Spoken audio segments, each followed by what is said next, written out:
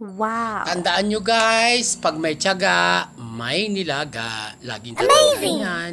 At huwag kalilimutang magpasalamat kapag may natatanggap na biyaya. And thank you Lord for all the blessings.